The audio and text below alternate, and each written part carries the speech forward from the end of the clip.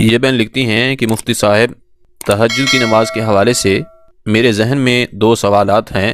میں اس حوالے سے بہت ٹینشن میں ہوں، پلیز مجھے ان کا جواب جلدی عنایت کر دیں۔ الحمدللہ میں تہجد کی نماز پابندی کے ساتھ ادا کرتی ہوں۔ اللہ کریم مجھے آئندہ بھی اسی پر قائم رکھے، آمین۔ کہتی ہیں کہ میرا پہلا سوال یہ ہے کہ تہجد کی نماز میں رات کو 11 یا 12 بجے جیسے ہی میری آنکھ کھلتی ہے اٹھ کر پڑھ لیتی ہوں، لیکن اب مجھے کسی نے کہا ہے کہ تہجد کی نماز تو صبح سحری کے وقت پڑھی جاتی ہے، اس سے پہلے تہجد کی نماز نہیں ادا کی جا سکتی۔ دوسرا سوال یہ ہے کہ میں تہجد کی نماز میں سورۃ اخلاص 1 بار پڑھتی ہوں، مگر اب مجھے یہ کہا گیا ہے کہ تہجد کی پہلی رکعت میں سورۃ اخلاص 8 مرتبہ، پھر دوسری رکعت میں 7 مرتبہ، اور اسی طرح پھر ہر رکعت میں ایک بار سورۃ اخلاص کی تعداد کو کم کرتے جانا ہے، اور آخری رکعت میں جا کر 1 بار سورۃ اخلاص پڑھنی ہے۔ کیا یہ بات درست ہے؟ کیا 1 مرتبہ سورۃ اخلاص کے پڑھنے سے تہجد کی نماز ادا نہیں ہوتی؟ پلیز اس حوالے سے میرے رہنمائی ضرور کر دیں، مجھے آپ کے جواب کا شدت سے انتظار رہے گا۔ میں نے بہت ہی اچھے اور تفصیلی انداز میں سوالات پوچھے ہیں، اور یہ ہیں بھی بہت ہی اہم سوالات۔ پہلا سوال یہ تھا کہ رات کے 11 یا 12 بجے جیسے ہی آنکھ کھلتی ہے تو اٹھ کر تہجد کی نماز پڑھ سکتے ہیں، کیونکہ مجھے کسی نے کہا ہے کہ تہجد کی نماز تو اس وقت ادا نہیں ہوتی، بلکہ تہجد تو صبح کے وقت پڑھی جاتی ہے۔ تو یاد رکھیے، تہجد کی نماز کا جو وقت ہے وہ کب سے شروع ہوتا ہے اور کب تک باقی رہتا ہے، اور پھر کس وقت میں تہجد کی نماز کا پڑھنا افضل ہے۔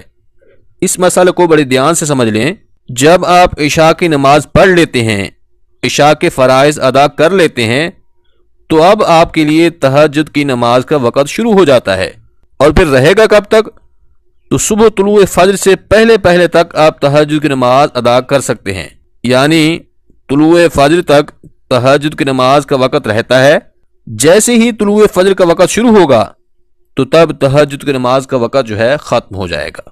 اب رات کے کسی بھی حصے میں آپ سو کر اٹھے ہیں، آپ نے اس وقت تہجد کی نماز ادا کر لی ہے، تو اس وقت ادا کی گئی تہجد کی نماز کا آپ کو ثواب بھی ملے گا، اور آپ کی تہجد کی نماز ادا بھی درست ہو جائے گی۔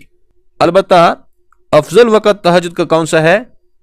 تو اس حوالے سے علماء کرام نے بیان کیا ہے کہ افضل وقت جو ہے وہ صبح سحری کا وقت ہے، یعنی کہ طلوع فجر سے پہلے جو سحری کا وقت ہوتا ہے، رات کا آخری جو پہر ہے، اس وقت میں تہجد کی نماز کا پڑھنا یہ افضل اور اولا ہے۔ لیکن اگر کوئی اس سے پہلے بھی پڑھ لیتا ہے، مثال کے طور پر رات کے کسی بھی وقت، جس طرح کہ بہن کہہ رہی ہیں کہ رات کے 11 یا 12 بجے آنکھ کھلتی ہے، اٹھ کر تہجد کی نماز پڑھ لیتے ہیں، تو اس طرح سے بھی آپ کی تہجد کی نماز ادا ہو جائے گی۔ یہ تو تھا مسئلہ کہ تہجد کی نماز کا وقت کب شروع ہوتا ہے اور کب تک باقی رہتا ہے۔ اب جو دوسرا سوال تھا کہ تہجد کی نماز کی پہلی رکعت میں سورۃ اخلاص 8 مرتبہ، پھر دوسری میں 7 مرتبہ، اسی طرح سے ہر رکعت میں ایک بار سورۃ اخلاص کی تعداد کم کرتے جانا ہے، اور پھر آخری رکعت میں جا کر 1 بار سورۃ اخلاص پڑھنی ہوتی ہے۔ لیکن اگر کوئی 1 مرتبہ ہی ہر رکعت میں سورۃ اخلاص پڑھتا ہے تو اس کی نماز ہوگی یا نہیں؟ تو دیکھیے، بہت سارے لوگوں کا یہ ذہن بنا ہوا ہوتا ہے کہ شاید تہجد کی نماز ادا کرنے کا کوئی الگ طریقہ ہے، اس کے پڑھنے کا کوئی خاص طریقہ ہے۔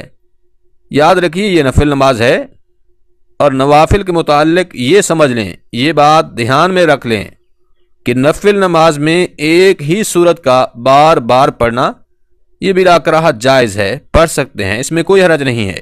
اب اگر کوئی بندہ سورۃ اخلاص 8 مرتبہ پڑھتا ہے تو اس کی بھی نماز ہو جائے گی۔ اسی طرح اگر کوئی 1 مرتبہ پڑھ لیتا ہے تو اس کی بھی نماز صحیح طرح سے ادا ہو جائے گی۔